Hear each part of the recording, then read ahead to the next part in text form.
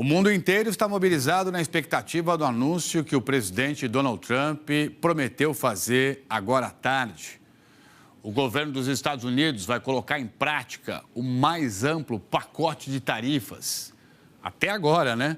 Em cima de produtos importados de outras nações do mundo. Trump chamou o anúncio desse tarifaço de Dia da Libertação. E essa movimentação da maior economia do planeta tem reflexos em todos os cantos, em todos os continentes.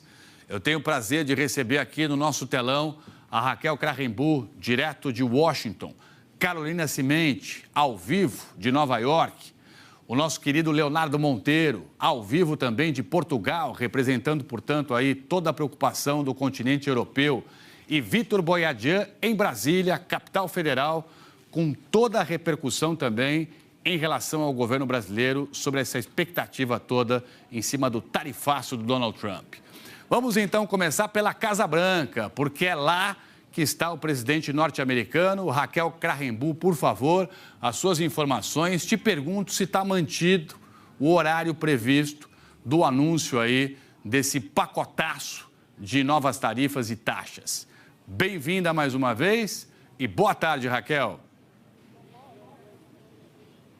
Oi, Trali, muito obrigada. Boa tarde a você e a todos. Olha, a Casa Branca prepara uma festa. O clima aqui é de festa. Quando eu cheguei aqui, conversei com alguns funcionários que, com sorrisos, me disseram feliz dia da libertação. Por enquanto, horário mantido, só que aqui nos bastidores, Trali, ainda há muita incerteza, até dentro aqui da Casa Branca. Poucos sabem o que vai ser anunciado. Eu conversei com uma autoridade que cuida de tarifas agora há pouco, que me disse que não sabe os detalhes ainda. Eles estão tentando organizar uma ligação com jornalistas antes, mas ainda não sabem os detalhes. Apenas um círculo pequeno, muito próximo ao presidente, sabe os detalhes desse anúncio que vem mais tarde. A gente sabe que o governo tem considerado diferentes opções, entre elas uma tarifa fixa de 20% sobre todas as importações de todos os países, mas lá no início, em fevereiro, no anúncio, a Casa Branca chegou a dizer que a resposta seria personalizada, dependendo das barreiras que cada país impõe sobre as importações americanas,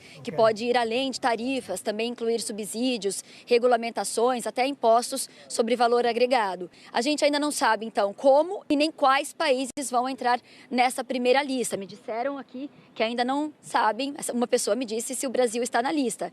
Só aquele círculo pequeno sabe. A Casa Branca já tinha indicado que os primeiros seriam aqueles com quem os Estados Unidos têm os maiores déficits comerciais e com aqueles que impõem também barreiras comerciais que eles chamam de problemáticas. Os Estados Unidos, neste momento, têm superávit comercial com o Brasil, mas o próprio presidente tem reclamado que o Brasil impõe tarifas excessivas aos produtos americanos. Nesta semana, antes do anúncio, o escritório de comércio daqui da Casa Branca divulgou um relatório anual que detalha as barreiras comerciais enfrentadas pelos Estados Unidos no mundo. O Brasil é citado como país que impõe justamente as altas tarifas em vários setores e também é criticado por falta de previsibilidade.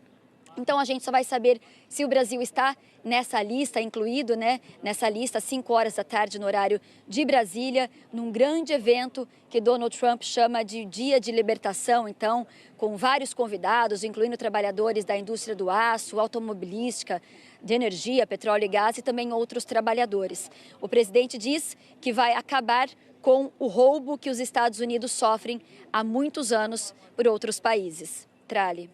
Muito bem, Raquel. O presidente Donald Trump foi eleito com essa plataforma, né? Quando ele fez campanha presidencial no ano passado, era de devolver para a América a grandeza que a América um dia perdeu. E ele vê exatamente no setor industrial a chance dessa retomada. Então, na visão do presidente norte-americano, ao impor tarifas sobre tudo que é importado pelos Estados Unidos, ele estaria dando oportunidade da indústria, de novo, voltar a crescer dentro dos Estados Unidos. Isso tem provocado muita controvérsia. Especialistas dizem que esse não é o caminho, que isso pode não acontecer e, pelo contrário, prejudicar a economia dos Estados Unidos. Fato é, né, Carolina Cimenti, que as bolsas, os mercados estão nervosos, estão tensos, estão sofrendo de insegurança e até mesmo de ansiedade em relação a tudo isso. A semana começou bem complicada, essa quarta-feira também, e eu peço a você então que nos traga as informações direto de Wall Street, coração financeiro dos Estados Unidos, de Nova York e de Manhattan. Bem-vinda, Carolina. Boa tarde, Trali. Boa tarde a todos. Pois é, na segunda-feira foi um dia super nervoso, o fechamento do primeiro trimestre, o pior trimestre para as bolsas americanas desde 2022. Hoje, as bolsas abriram super negativas, depois agora já estão relativamente neutras, mas no lado positivo do mercado. Volatilidade basicamente é a palavra do dia por aqui hoje, Trali. As ações americanas bateram no fundo depois de abrir no vermelho e agora são negociadas em terreno positivo, mas muita atenção para o preço do ouro, que segue em território recorde, porque é para lá que os investidores normalmente correm em busca de certeza e de segurança quando eles não estão entendendo para onde que o mundo está indo. Essa mudança de direção na Bolsa veio logo depois de Donald Trump admitir que em breve Elon Musk deve deixar o governo. Ele que dirige essa enorme iniciativa para cortar gastos, para cortar o próprio tamanho do governo, com muitas demissões de funcionários federais, segundo o site de notícias Politico. Mas o medo dos investidores tem a ver com a inflação e a queda no crescimento da economia, com o anúncio dessas tarifas de hoje, que, como a Raquel disse, ainda estão bastante incertas, realmente não se sabe para que caminho o governo americano vai. Eu conversei com o embaixador José Alfredo Graça Lima alguns dias atrás, ele que é vice-presidente do SEBRE, o Centro Brasileiro para Relações Internacionais, e ele disse que o que o governo americano está fazendo, o que o governo de Donald Trump faz, é basicamente uma antidiplomacia. Em vez de começar um diálogo diplomático para alguma mudança comercial, vai lá e, de alguma certa forma, ataca. Aí vê como o outro lado reage e só aí começa, em alguns casos, uma negociação. Ele ainda brincou e disse que parece um louco com método, né? Uma política de loucura, mas com método, porque anuncia algo explosivo e depois vem o segundo escalão do governo colocando panos quentes. E é exatamente isso que já está acontecendo. O secretário do Tesouro já começou a fazer isso com os senadores americanos ontem, dizendo que, independente do número dessas tarifas que serão anunciadas hoje às 5 horas da tarde do horário de Brasília, elas vão ser um teto de tarifa. Então, digamos que o número seja 20% para todos os países, se saberá que disso não vai passar e, a partir daí, esses países vão poder conversar e negociar. Só para finalizar, uma pesquisa publicada agora há pouco pela agência Apollo de pesquisas mostra que um número enorme, a maior parte dos CEOs e CFOs, quer dizer, empresários e executivos americanos, acreditam que a economia dos Estados Unidos daqui a um ano vai estar pior do que está hoje. Mostra, então, uma falta de confiança desses empresários e também dos consumidores, que estão consumindo menos por aqui, Trali. E você mencionou algo que é o que o mundo tem dito muito hoje, né, Carolina Cimenti? Na verdade, desde que o Donald Trump assumiu, a imprevisibilidade, o que vai acontecer amanhã.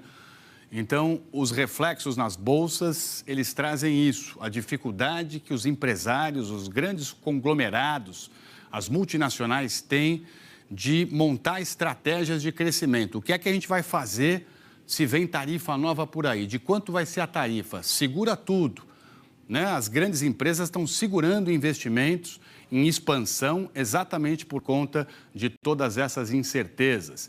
E a gente sabe que está acontecendo o famoso toma lá da cá, né? Vem tarifa, do outro lado, vem tarifa também em cima de produto norte-americano. Isso tem acontecido especialmente na Europa. Leonardo Monteiro, ao vivo de Lisboa. Léo, a gente sabe que a Europa exporta para os Estados Unidos de tudo. É vestuário, é calçado, né? É produto aeroespacial, é alimento, automóveis. Então, as nações europeias estão extremamente preocupadas com o que vem por aí e já estão tomando medidas também. Boa tarde, bem-vindo. Oi, Trali, boa tarde para você, aos colegas e a todos aqui na Europa. É isso, a expectativa é de momentos muito difíceis que virão pela frente. A chefe do Banco Central Europeu, a Christine Lagarde, disse que o tarifaço de Trump vai ser negativo para o mundo. O porta-voz da Comissão Europeia, o Olof Gil, revelou que a União Europeia pretende responder primeiro às tarifas sobre aço e alumínio e depois ao que for anunciado logo mais. A porta-voz do governo francês disse que espera que as tarifas fiquem na faixa de 25% a 25% e que isso, obviamente, vai levar a uma grande desordem econômica nos produtos afetados, não apenas aqui na Europa, mas também lá nos Estados Unidos. O primeiro-ministro britânico, Keir Starmer, declarou que uma guerra comercial não é do interesse de ninguém e que o Reino Unido vai adotar uma abordagem calma e pragmática. Ele disse que não descarta nenhuma opção para responder às novas tarifas e que está negociando um acordo bilateral com os Estados Unidos. Já a primeira-ministra italiana, Giorgia Meloni, disse que considera uma aliada, de Trump, admitiu que novas tarifas atingiram duramente os produtores italianos e fez um apelo para que seja feito todo o esforço para evitar uma nova guerra comercial. Agora, Donald Trump se volta contra parceiros comerciais globais, desestabilizando décadas de comércio baseado em regras, arriscando aumentos de custo e provavelmente provocando retaliações de todos os lados. Trali.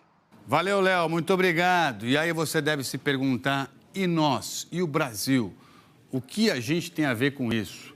Tem tudo a ver, né, Vitor Boiadia? Porque até outro dia a gente vivia num mundo globalizado. Então, o que acontece lá fora tem impacto aqui, especialmente quando os produtos lá fora sobem de preço e quando a gente também tem que pagar mais pelo que a gente compra.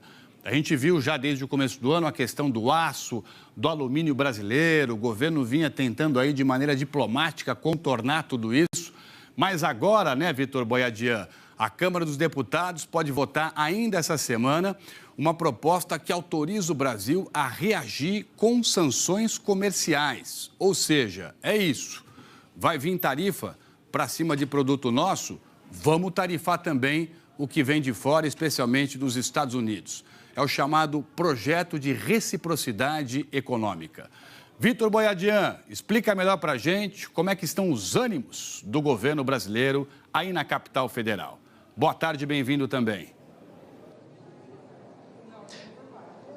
Obrigado, Trali. Boa tarde para você e para todos. Esse projeto está em alta aqui no Congresso, lá no Senado, em 24 horas. Foi aprovado na Comissão de Assuntos Econômicos e já está aqui na Câmara dos Deputados. Para isso, os senadores fizeram um acordo, colocaram em votação ainda ontem no plenário do Senado, onde foi aprovado por unanimidade, 70 votos a favor e nenhum contrário. E agora o texto da tramitação aqui na Câmara dos Deputados. Um texto que acabou sendo visto como uma possível resposta a possíveis barreiras do governo Donald Trump a produtos estrangeiros, porque prevê possibilidades de contramedidas unilaterais tomadas contra a exportação de produtos brasileiros. Vamos ver, por exemplo, o que ele prevê esse texto.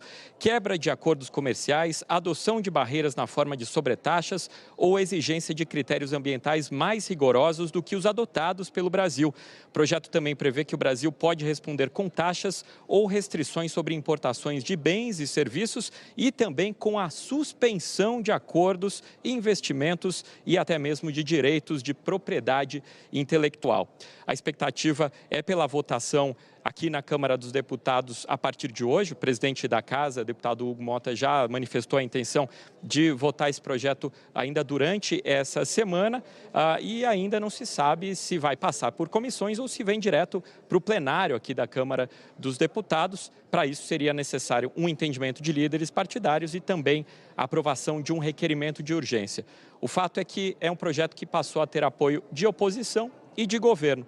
O governo vê isso como uma ferramenta, mas ainda não descarta a negociação. E por isso o chanceler brasileiro, Mauro Vieira, pode ter uma conversa já na próxima semana com o indicado do governo americano para as tratativas comerciais, para fazer uma avaliação do que de fato venha a ser anunciado pelo governo norte-americano nas próximas horas. Trali.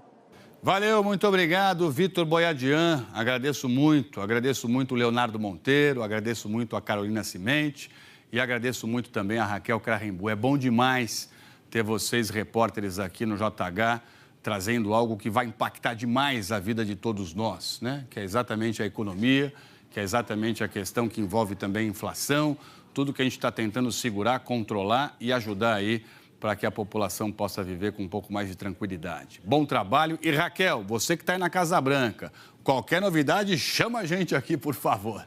Peço licença a vocês e agradeço. Bom trabalho, muito obrigado. Vamos juntos aqui para o nosso telão.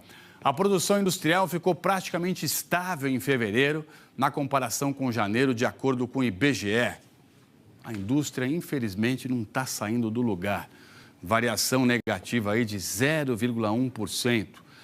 Você vê comigo aqui, ó, que a indústria ela não cresce desde setembro do ano passado, quando registrou uma alta aqui de quase 1%, tá vendo? Depois de setembro foi só, né, foi ficando, foi caindo, ficou meio no 0 a 0, agora também está meio assim.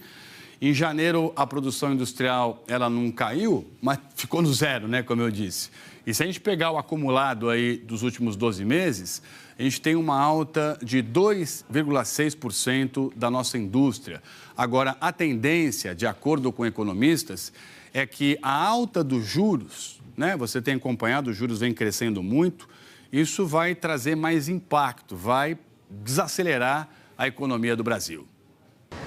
Maquinário pesado e operação 24 horas por dia nessa fábrica de papelão em Mauá, na Grande São Paulo. Do ano passado para cá, a empresa criou mais um turno de trabalho e 22 temporários se juntaram aos mais de 130 funcionários fixos para dar conta da demanda. O primeiro bimestre de 2025 comparado a 2024, nós tivemos um crescimento de 22% dentro do que nós orçamos.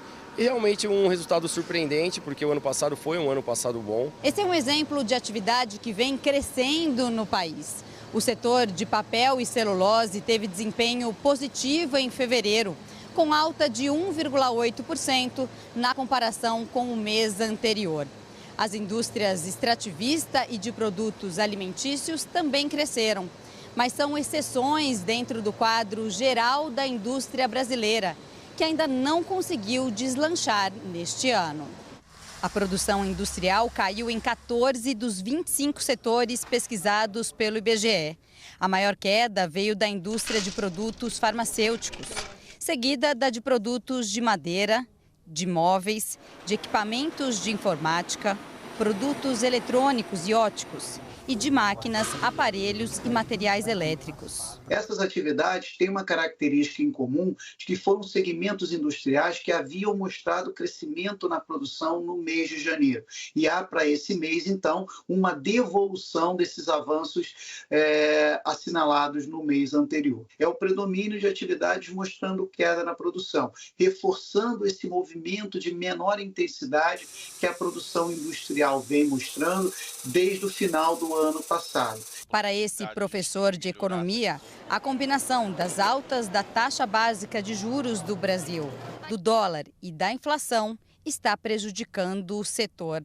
Esse último resultado divulgado pelo IBGE mostra que tem tido mais setores, mais indústrias com resultados negativos, mostrando que, de fato, essa política monetária mais apertada está afetando o crescimento da indústria como um todo, e isso pode ter ali impactos não só agora no início do ano, mas também ao longo do ano e provavelmente também no PIB de 2025. Uma obra da FIOL, que é a ferrovia que vai ligar o centro-oeste até o litoral da Bahia, está paralisada. E esse projeto é o primeiro do novo PAC, o Programa de Aceleração do Crescimento. No canteiro da obra está tudo parado. A empresa responsável pela construção do trecho da ferrovia Oeste-Leste, que vai de Uruçuca até Ilhéus, desmobilizou os trabalhos depois de concluir a fase inicial da obra. A Bamin Bahia Mineração S.A. disse que investiu 784 milhões de reais desde o início da concessão em 2021 e que os serviços de manutenção serão mantidos, assim como as obrigações socioambientais relacionadas à ferrovia, mas que busca investidores para apoiar a implantação do projeto. A Bamin é controlada pela Eurasian Resources Group, do Cazaquistão, e está à venda. A notícia pegou de surpresa os trabalhadores. Segundo o sindicato, cerca de 300 pessoas trabalham nessa obra. O contrato, logo inicial, que a gente ficou sabendo, ele estaria se encerrando em junho e com a possibilidade de renovação até dezembro. E, diante desse quadro, esses par de famílias, esses nossos colegas, a gente agora está, na verdade, com essa participação aí do desemprego, né? A FIOL, Ferrovia de Integração Leste-Oeste, é uma obra considerada estratégica para o escoamento de minério de ferro e grãos, como soja e milho no país, e foi dividida em 3 trechos. O primeiro prevê uma malha com mais de 500 quilômetros de extensão, passando por 19 cidades baianas até chegar no Porto Sul, que também está sendo construído em Ilhéus. A previsão de entrega do primeiro trecho é 2027. A Agência Nacional de Transportes Terrestres disse que em fevereiro deste ano notificou a empresa sobre o desempenho abaixo do esperado no andamento das obras e que vai abrir um procedimento preliminar para investigar um possível descumprimento de contrato. Nós procuramos aqui o Ministério dos Transportes, eles informaram que quem responde por essa questão é a ANTT, Agência Nacional de Transportes Terrestres. Independentemente dessa questão dessa ferrovia em especial, eu sempre chamo a atenção para a necessidade do Brasil ter mais transporte ferroviário. Nós, infelizmente, somos um país refém do transporte rodoviário. A gente depende essencialmente de caminhões. O frete está caro, sobe o preço do diesel, impacta no frete, tudo isso impacta no custo de vida de todos nós. Vai bater no alimento que você compra no supermercado. Então, o Brasil tem que diversificar cada vez mais a sua rede de transportes para a gente ter opções e ajudar a aliviar até mesmo essa questão que envolve o custo de tudo. Mais ferrovia significaria mais desenvolvimento. Todos os especialistas falam nesse sentido.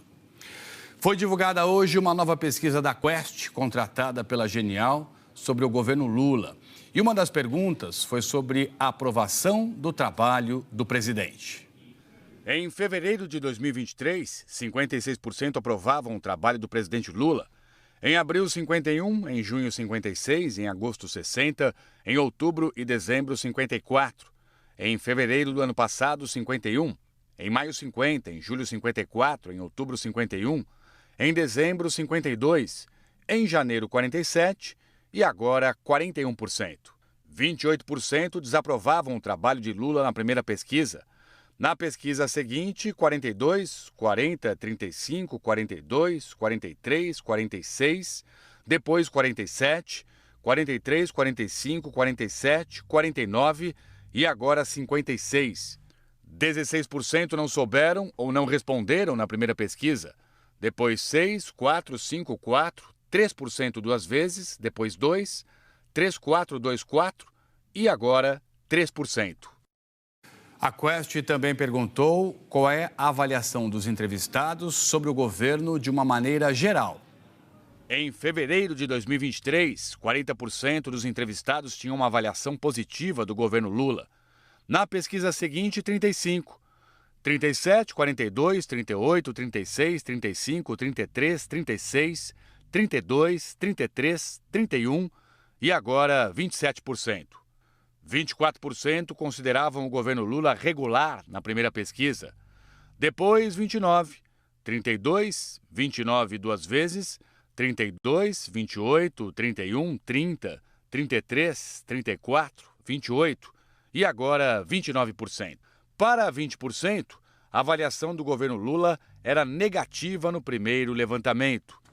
Depois, 29%, 27%, 24%, 29% 2 vezes, 34%, 33%, 30%, 31% 2 vezes, 37%, agora 41%. Não souberam ou não responderam 16% na primeira pesquisa. Depois, 6%, 4%, 5%, 4%, 3% em 3 pesquisas, 4% em mais 2 sondagens, 2%, 4% e agora 3%.